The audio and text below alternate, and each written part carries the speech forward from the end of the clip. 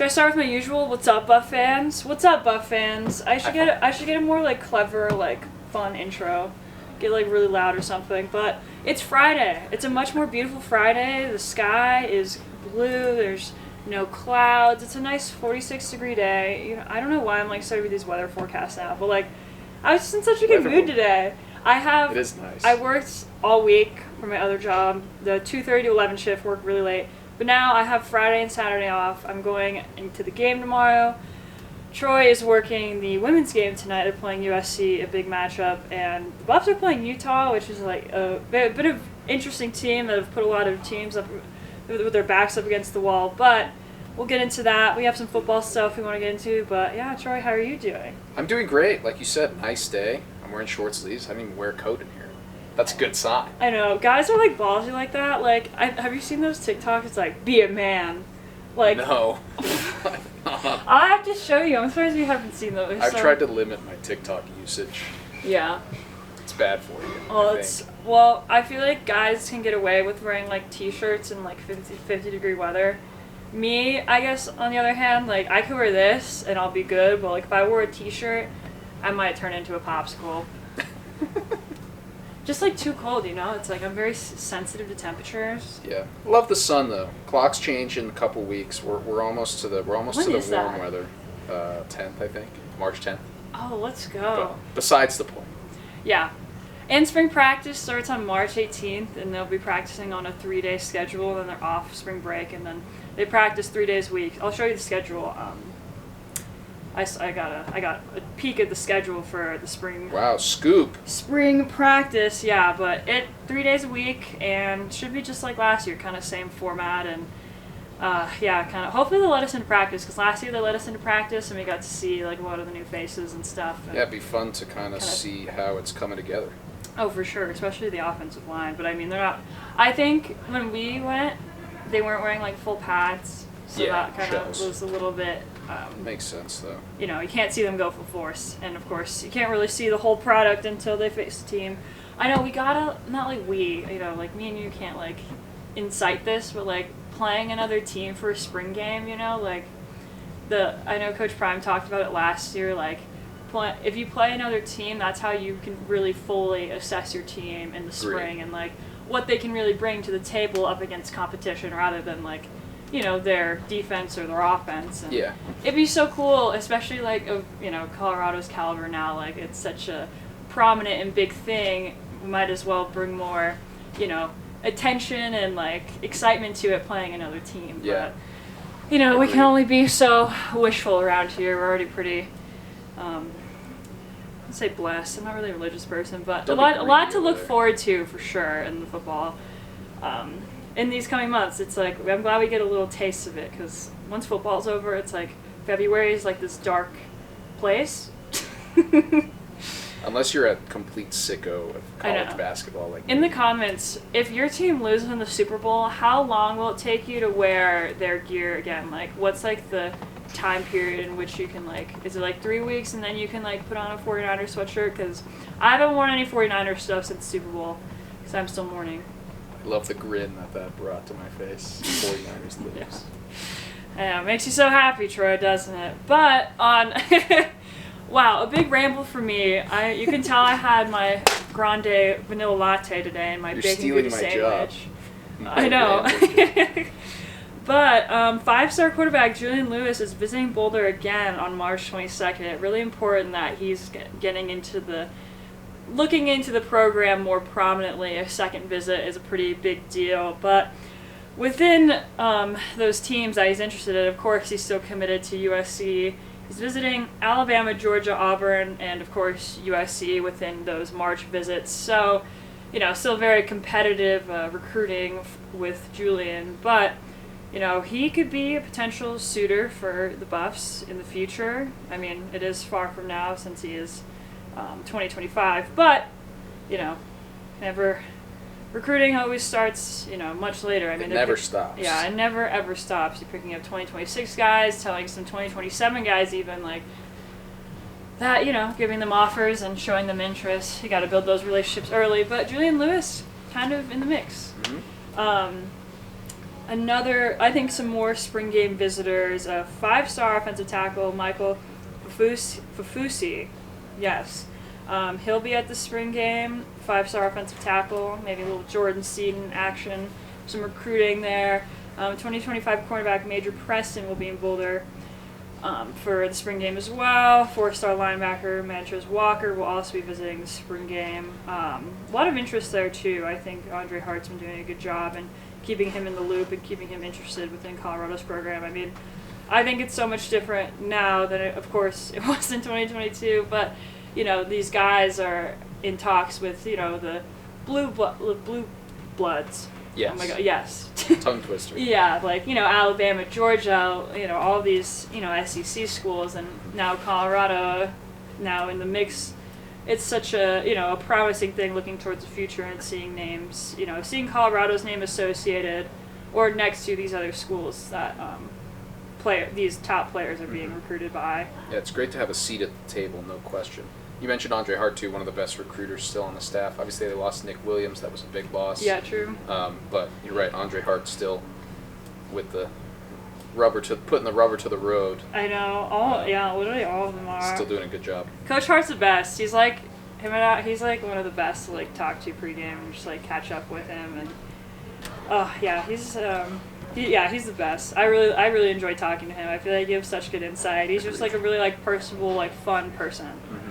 I hope we get to see them soon. I keep saying this, but I really want to meet the coaches and get to know them a little bit better. At least than Robert Livingston and stuff. And Phil Lodeholt. Yeah, I think we'll get them because we usually get assistants. You get coach at the beginning of the week and then assistants or player the following days of spring practice. So maybe I just have to be a little bit patient. I'm just itching to get back into the full football conversation. Just seeing this new team, of course. But yeah, there's definitely some action, a lot of being built up for the spring game.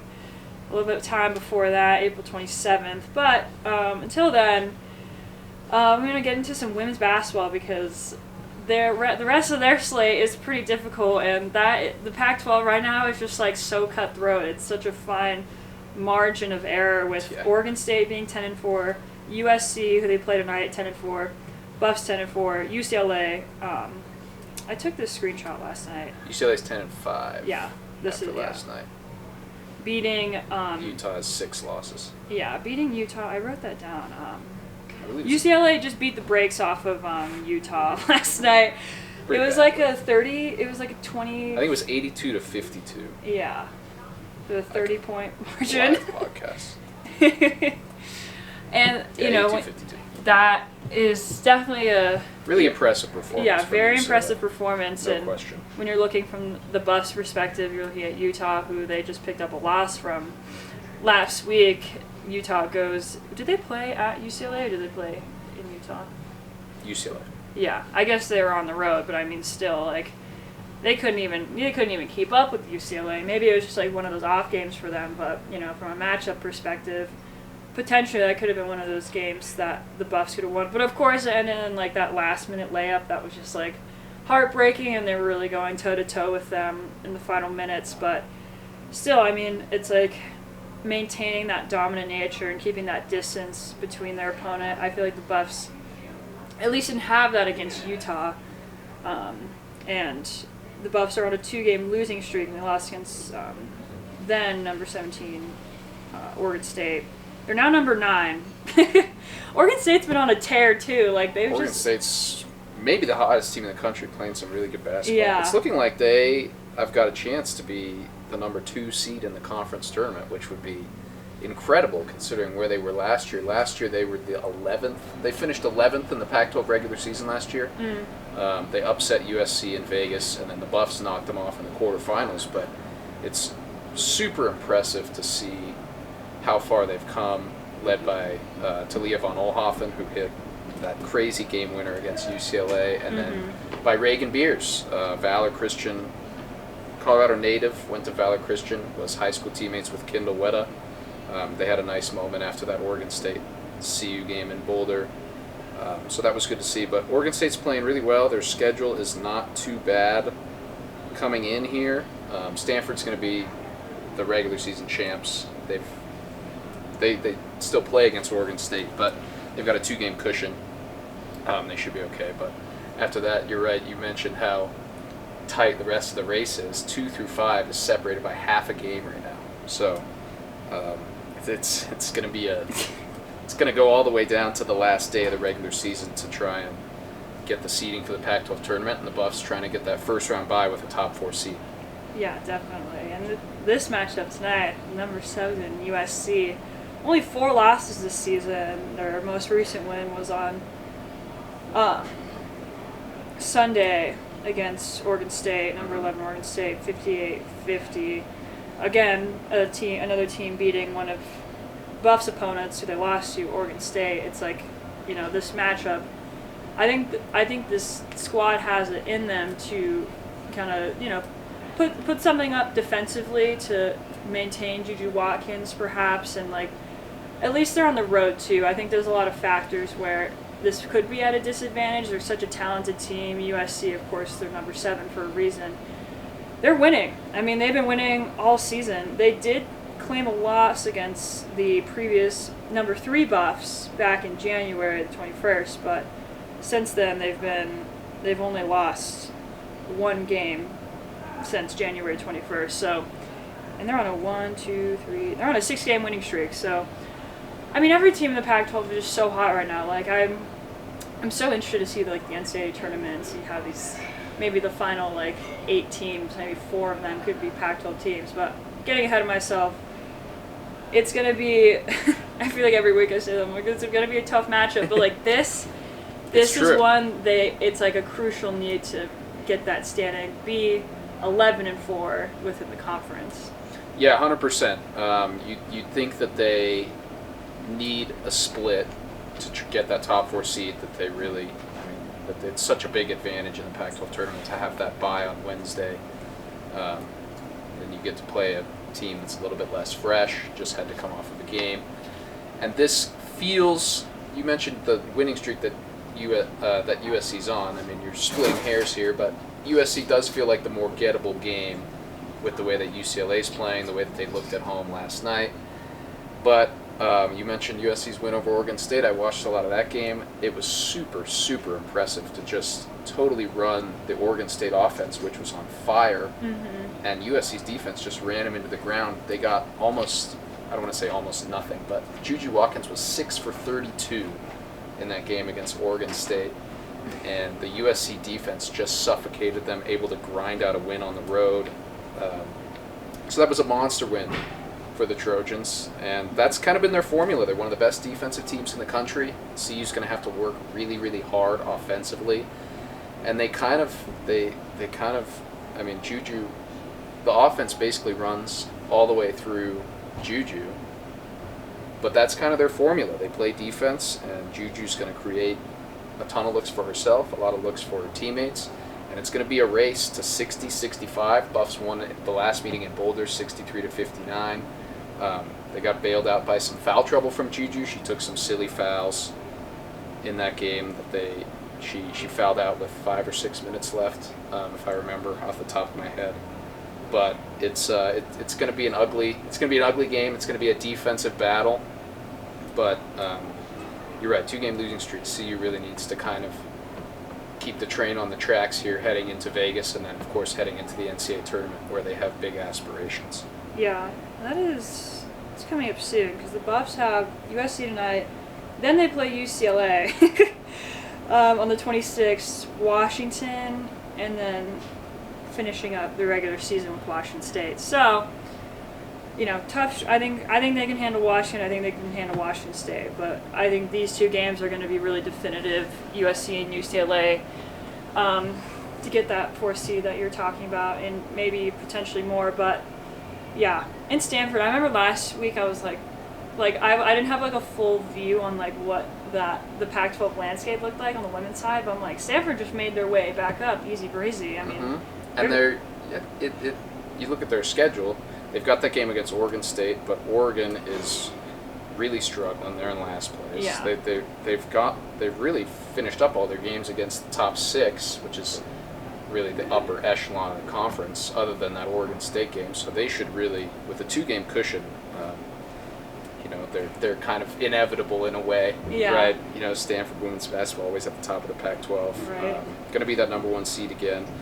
But, you never know what happens at Vegas. They were the number 1 seed last year. UCLA upset them in the semifinals. So once you get on the floor out there, anything can happen.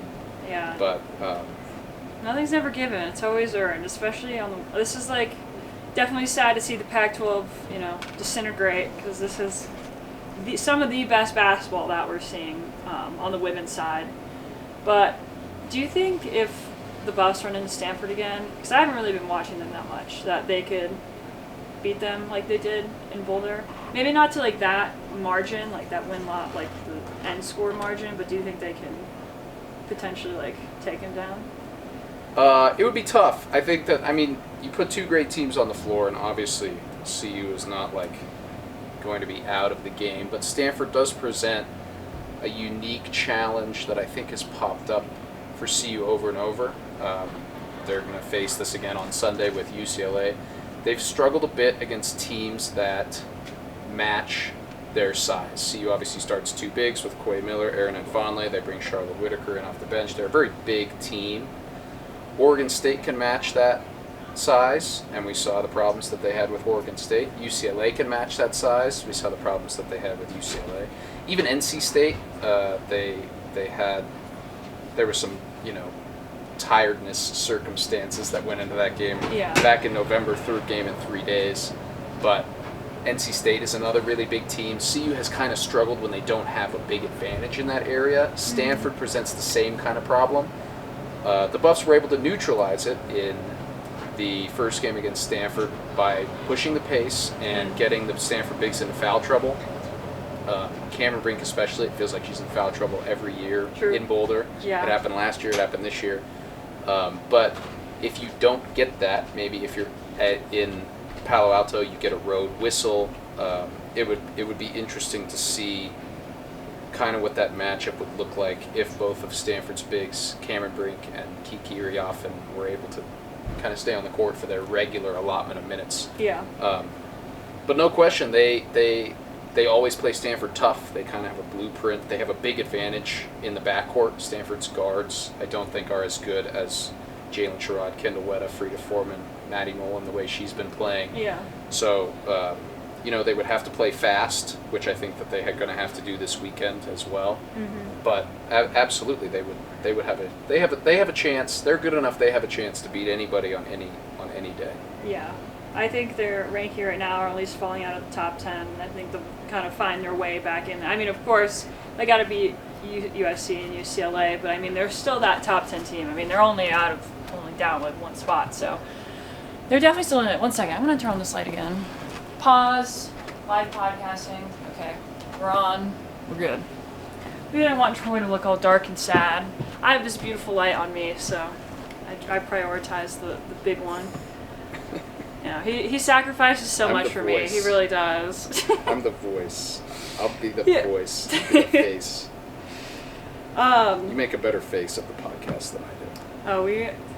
Troy and I have been friends for a couple years now. I think our chemistry has really developed within this last year. He's been doing such a good job. I'm not going to keep complimenting him, but he's helped me in so many ways off camera. That's for sure.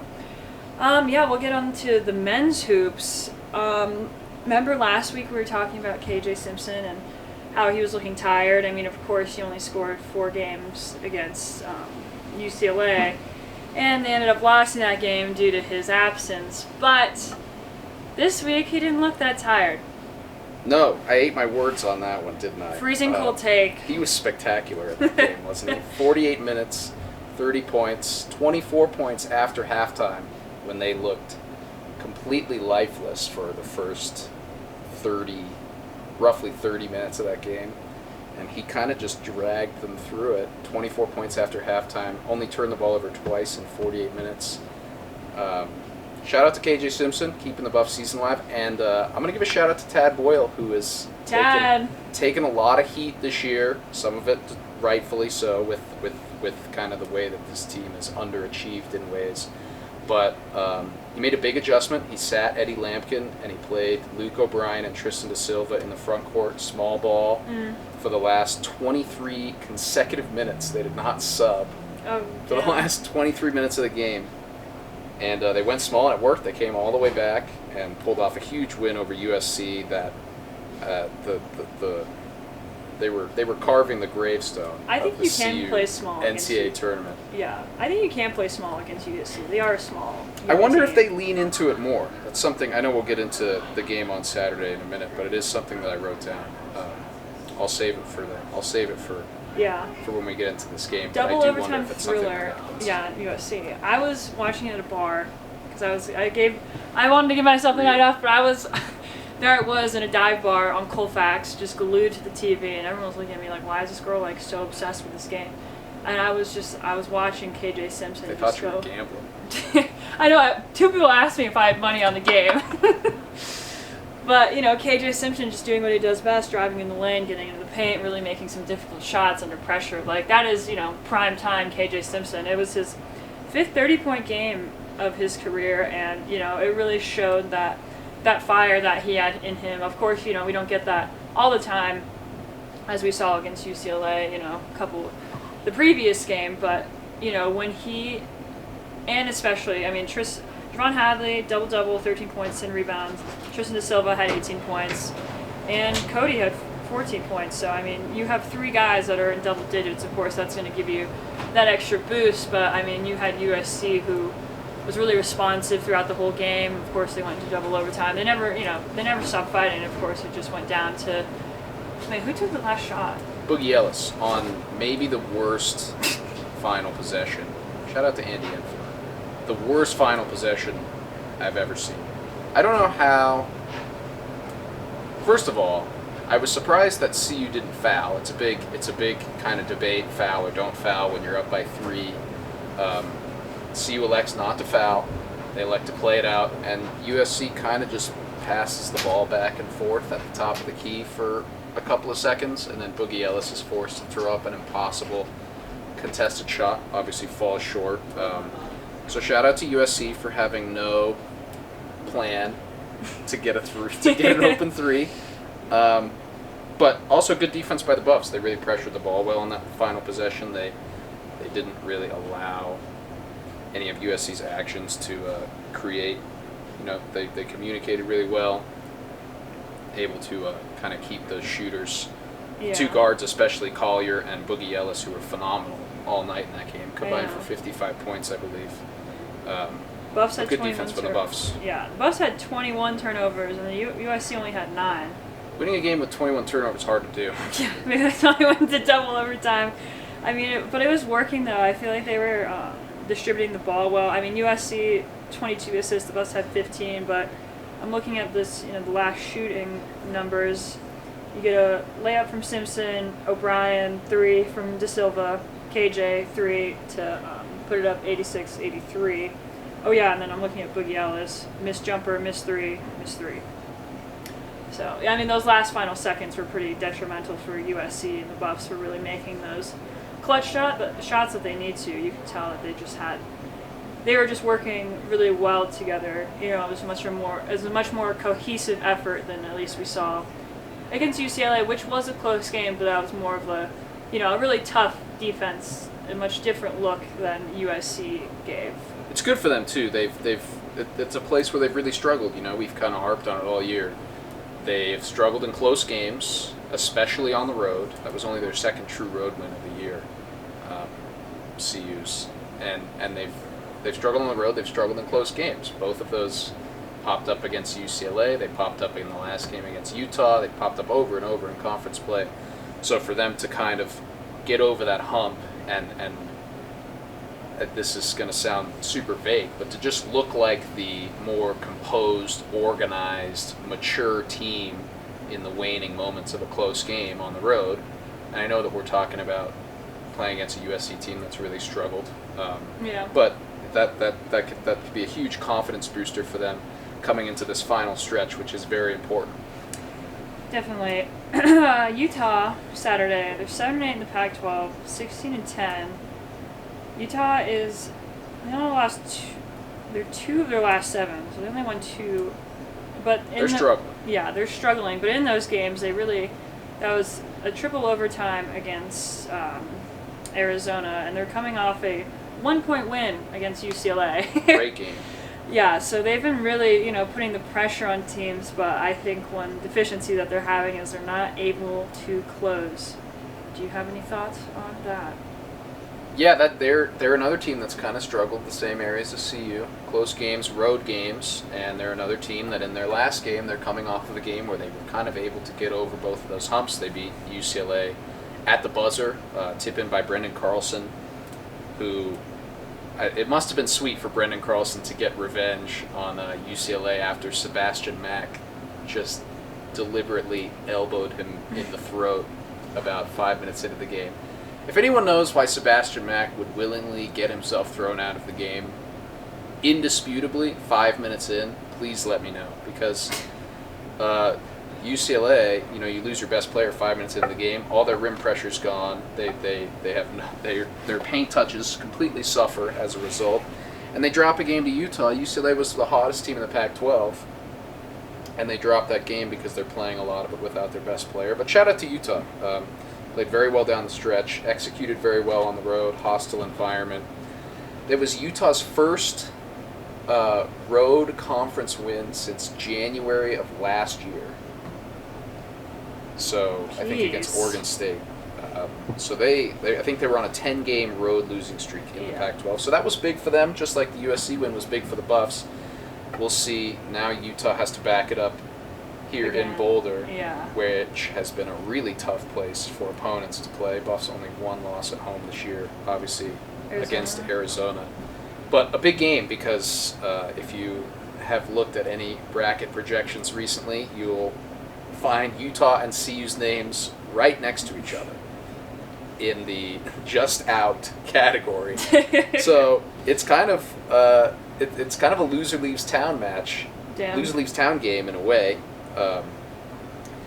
It feels like it would be hard for whoever loses this game to kind of overcome that, especially if it's the Buffs dropping this one at home and getting what would be a sweep against Utah. Getting swept by another bubble team that you're being compared against would be a tough pill to swallow. Yeah, they played the Buffs on February 3rd, so recently maybe they have some. Every matchup is different, but some lingering familiarities with what they present. I guess they're probably doing a thorough scout, and I think at home definitely an advantage. And I think they're gonna once again need all of their guys to really contribute and step up, and at least once again 4 double-digit performances from whoever wants to step up. Maybe we'll see some more Eddie. I think they're going to need a big guy to kind of minimize Brendan Carlson and his size, but I think we see with Eddie the more aggressive push rather than the more technical movements of an Adembona. But he is, a kind of an anomaly in himself. I mean, athletically. Yeah, definitely. So I wonder if Saturday was kind of a wake-up call for Eddie too, getting benched for the last pretty long stretch of that game. Yeah, definitely. For the first time all year. Buffs will be healthier this weekend too than they were last time against Utah. They didn't have Cody Williams, didn't have Luke O'Brien. Oh, cool. They were, I just remember I was kind of looking back at my notes from that game and my Twitter feed, and I just kept saying, they are so tired. They're so tired. They were all tired in that game. KJ played 40 minutes. They got nothing from. They played 7 guys. Javon Ruffin and Hassan Jope were the 2 guys off the bench in that game. Julian Hammond was playing on a bad back. Javon Hadley got hurt in that game. He came back in. They were all playing 30-some minutes. And the Buffs got 0 points from their bench in that game. Ruffin and Jope did not score. They were outscored on the bench 18-0. And it was just too much. They kept the game close because KJ played great. But it was too much to overcome. So being at home, being able to kind of dictate the tempo a little bit more, and just being healthy, having the top 7 all available and ready to go, I think will really help them. And the tempo is a big, because Utah really controlled the tempo in that first game. They destroyed them in transition.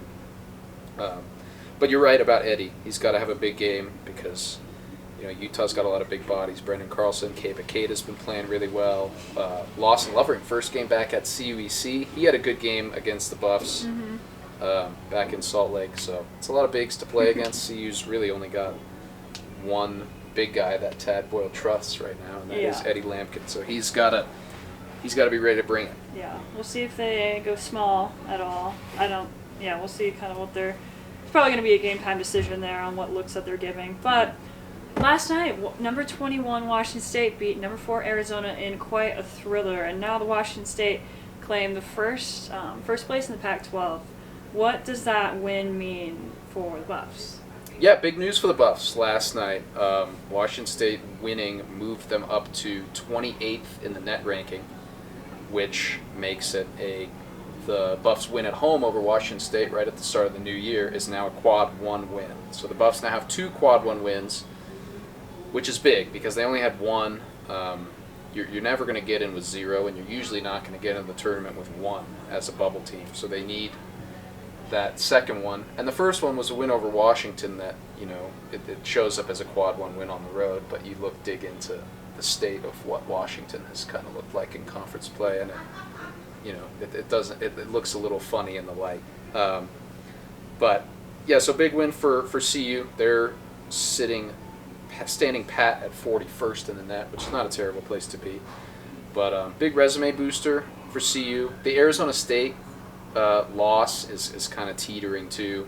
Buffs will be rooting for them over the next couple weeks. They lost to Washington last night, but they're down to a quad 3 loss now, which it's their only one, so it's not a total killer, but something that they would like to scrub from the resume if possible. But yeah, definitely good news for the Buffs last night with Washington State moving up into that top 30. And shout out to Kyle Smith. I want to shout out Washington State because I'm so impressed. Go for it. I remember that I'll keep this quick, but I remember when they were here and we were kind of like people I was sitting with. I was sitting with my good friend Tyler King, Denver Gazette, and we were kind of like, it was the very beginning of Pac-12 play, and we were really not that impressed with Washington State, and to see where they are now and how well they're playing. They're so well coached. To do that with this roster after losing their 2 best players from last year, it's not a super attractive destination with the Pac-12 kind of blowing up and Washington State having nowhere to go. Yeah. They're going to be in the WCC.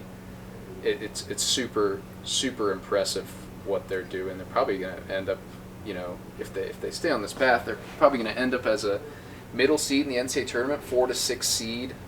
Might win the Pac-12 regular season. We'll see what they do in Las Vegas, but a really, really impressive run over the last couple weeks from Washington State. So shout out to them, playing really, really, really good basketball.